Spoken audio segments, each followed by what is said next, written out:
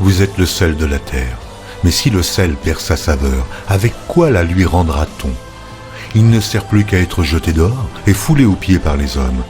Vous êtes la lumière du monde. Une ville située sur une montagne ne peut être cachée, et on n'allume pas une lampe pour la mettre sous le boisseau, mais on la met sur le chandelier, et elle éclaire tous ceux qui sont dans la maison. Que votre lumière luise ainsi devant les hommes, afin qu'ils voient vos bonnes œuvres, et qu'ils glorifient votre Père qui est dans les cieux. Ne croyez pas que je sois venu pour abolir la loi ou les prophètes. Je suis venu non pour abolir, mais pour accomplir. La franc-maçonnerie est une secte diabolique. On va voir pourquoi, on va voir ensemble quelle est sa nature, ce qui la constitue, ses origines, son historique, son idéologie, son action durant l'histoire et aussi le but final. Qu'est-ce que la franc-maçonnerie? C'est une société secrète, plus précisément une superposition de sociétés secrètes où les grades supérieurs sont séparés des grades inférieurs, ceux de la franc-maçonnerie bleue, des 3 premiers grades, apprentis, compagnons et maîtres, qui sont maintenus dans l'ignorance et qui sont une sorte de cellule de recrutement pour les hauts degrés. La franc-maçonnerie a tout d'une secte parce qu'elle est dans la fausse illumination, elle est dans la fausse vérité, la fausse idéologie, la fausse doctrine, la culture du secret, où un petit nombre d'initiés profitent des autres et où on fait l'intérêt exclusif de ces initiés au détriment du monde extérieur, ce qui engendre fatalement des injustices que l'on peut constater d'ailleurs dans le monde profane.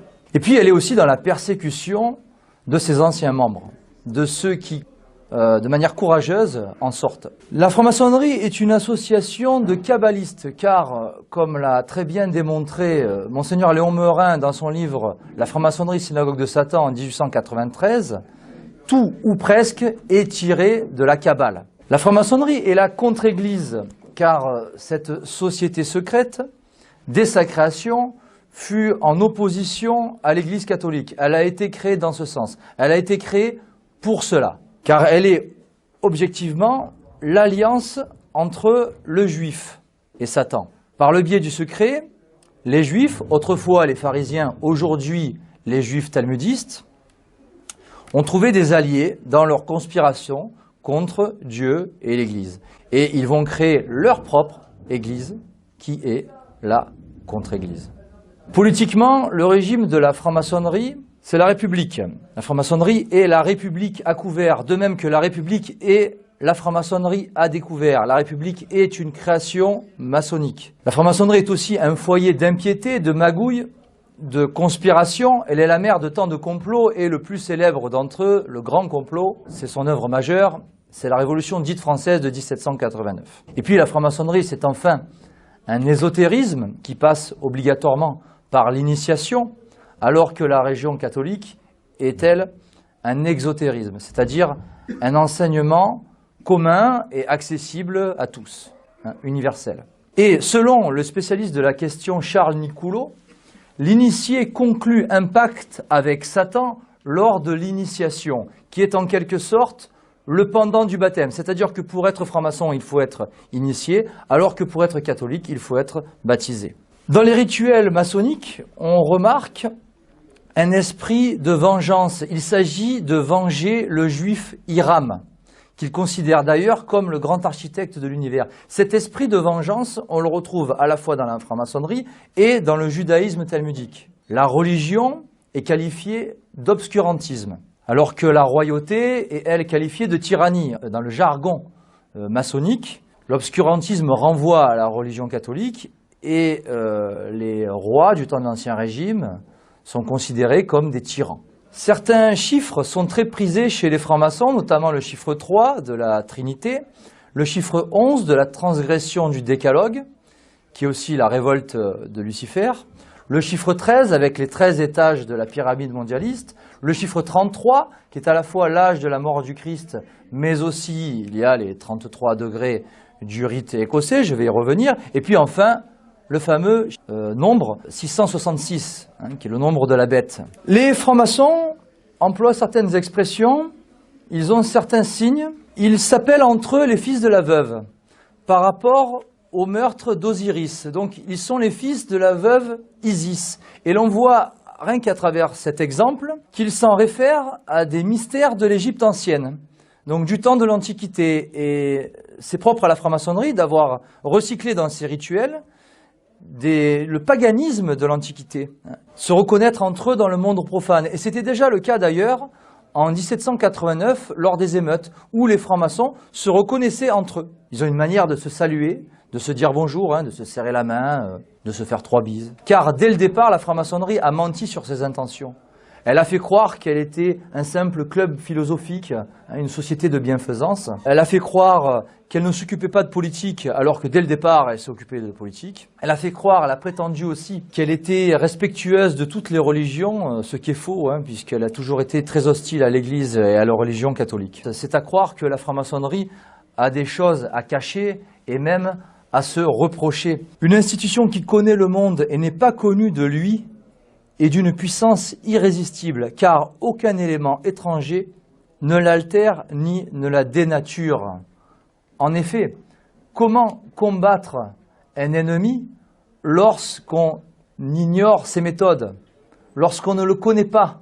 Les origines de la franc-maçonnerie sont diverses. Origine gnostique tout d'abord, avec donc cette gnose qui, selon le haut initié Albert Pike, est la moelle de la franc-maçonnerie. Cette connaissance donc prétendument scientifique, et le salut passe pour les francs-maçons par cette gnose et non par Jésus-Christ. Origine aussi protestante de la franc-maçonnerie, tout simplement à travers ses 2 fondateurs officiels, James Anderson et Jean-Théophile des Aguiliers. James Anderson des fameuses constitutions d'Anderson, qui datent de 1723, et Jean-Théophile des Aguiliers, tous les deux étaient des Rose-Croix protestants.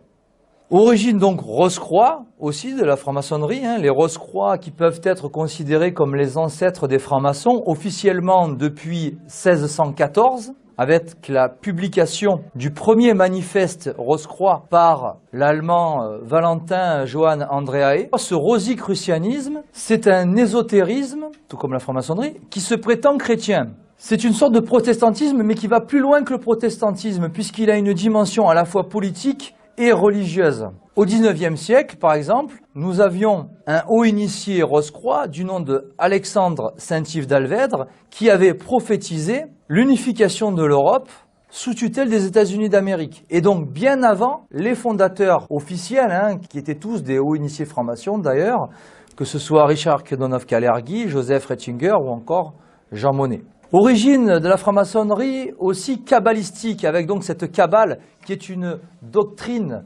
mystique, secrète, assez farfelue et même tordue pour la communauté juive organisée, qui est une gnose judaïque, qui prône notamment la divinisation de l'homme juif. Donc, origine juive de la franc-maçonnerie à travers cette kabbale, et puis tout simplement parce que la franc-maçonnerie est une création juive visant à s'opposer, à s'attaquer et à détruire l'Église catholique. C'est donc la contre-Église ou Église de Satan, c'est comme vous voulez. Car de même que Dieu a son Église, Satan a lui aussi son Église. Et l'une est son but, le salut des âmes, le plus grand nombre des âmes, et l'autre, la damnation des âmes. C'est logique. Le franc-maçon du Grand Orient Limousin avait déclaré en 1902 dans la revue maçonnique L'Acacia, je cite, « La franc-maçonnerie, c'est la contre-église, le contre-catholicisme, l'église de l'hérésie. » C'est un franc-maçon qui le dit, c'est pas moi, on n'est pas dans l'opinion personnelle.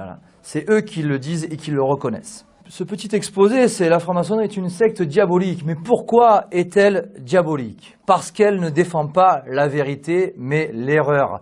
Parce qu'elle diffuse volontairement des hérésies, des faux principes qui sont issus de la révolution de 1789.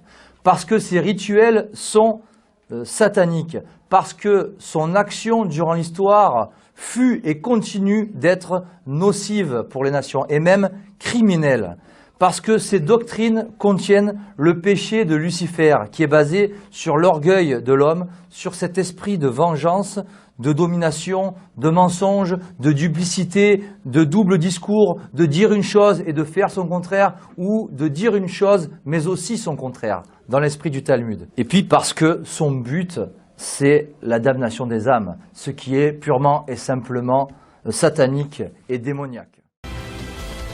Tout pouvoir m'a été donné dans le ciel et sur la terre. Allez, faites de toutes les nations des disciples, les baptisant au nom du Père, du Fils et du Saint-Esprit, et enseignez-leur à observer tout ce que je vous ai prescrit. Repentez-vous, car le royaume des cieux est proche. Produisez donc du fruit digne de la repentance, et ne prétendez pas dire en vous-même « Nous avons Abraham pour père », car je vous déclare que de ces pierres-ci, Dieu peut susciter des enfants à Abraham. Il vous baptisera du Saint-Esprit et de feu. Il a son vent à la main, il nettoiera son aire, et il amassera son blé dans le grenier, mais il brûlera la paille dans un feu qui ne s'éteint point. Celui-ci est mon fils bien-aimé, en qui j'ai mis toute mon affection. Si vous pardonnez aux hommes leurs offenses, votre Père céleste vous pardonnera aussi. Mais si vous ne pardonnez pas aux hommes, votre Père ne vous pardonnera pas non plus vos offenses. Car il n'y a rien de caché qui ne doive être découvert, ni de secret qui ne doivent être connus. Ce que je vous dis dans les ténèbres, dites-le en plein jour. Et ce qui vous est dit à l'oreille, prêchez-le sur les toits. Celui qui conservera sa vie la perdra, et celui qui perdra sa vie à cause de moi la retrouvera. Quiconque me confessera devant les hommes, je le confesserai aussi devant mon Père qui est dans les cieux. Mais quiconque me reniera devant les hommes, je le renierai aussi devant mon Père qui est dans les cieux. Mais si vous ne pardonnez pas aux hommes, votre Père ne vous pardonnera pas non plus vos offenses. Ne vous amassez pas des trésors sur la terre, où la teigne et la rouille détruisent, et où les voleurs percent et dérobent. Mais amassez-vous des trésors dans le ciel, où la teigne et la rouille ne détruisent point, et où les voleurs ne percent ni ne dérobent. Car là où est ton trésor, là aussi sera ton cœur. Voici ma mère et mes frères. Car quiconque fait la volonté de mon Père qui est dans les cieux, celui-là est mon frère, et ma sœur, et ma mère. Celui qui n'est pas avec moi est contre moi, et celui qui n'assemble pas avec moi disperse. Je vous le dis en vérité, tout ce que vous lirez sur la terre sera lié dans les cieux, et tout ce que vous délierez sur la terre sera délié dans le ciel. La pierre qu'ont rejetée ceux qui bâtissaient est devenue la principale de l'angle. Celui qui tombera sur cette pierre s'y brisera, et celui sur qui elle tombera sera écrasé. Mais quiconque veut être grand parmi vous, qu'il soit votre serviteur, et quiconque veut être le premier parmi vous, qu'il soit votre esclave. Donne à celui qui te demande, et ne te détourne pas de celui qui veut emprunter de toi. Vous avez appris qu'il a été dit, tu aimeras ton prochain, et tu haïras ton ennemi. Mais moi, je vous dis, aimez vos ennemis, bénissez ceux qui vous maudissent, faites du bien à ceux qui vous haïssent, et priez pour ceux qui vous maltraitent et qui vous persécutent, afin que vous soyez fils de votre Père qui est dans les cieux, car il fait lever son soleil sur les méchants et sur les bons, et il fait pleuvoir sur les justes et sur les injustes. Si vous aimez ceux qui vous aiment, quelle récompense méritez-vous? Les publicains aussi, n'agissent-ils pas de même? Et si vous saluez seulement vos frères, que faites-vous d'extraordinaire? Les païens aussi, n'agissent-ils pas de même? Soyez donc parfaits, comme votre Père céleste est parfait. Plusieurs faux prophètes s'élèveront et ils séduiront beaucoup de gens. Ce peuple m'honore des lèvres, mais son cœur est éloigné de moi. C'est en vain qu'il m'honore en enseignant des préceptes qui sont des commandements d'hommes. Toute plante que n'a pas planté mon Père céleste sera déracinée.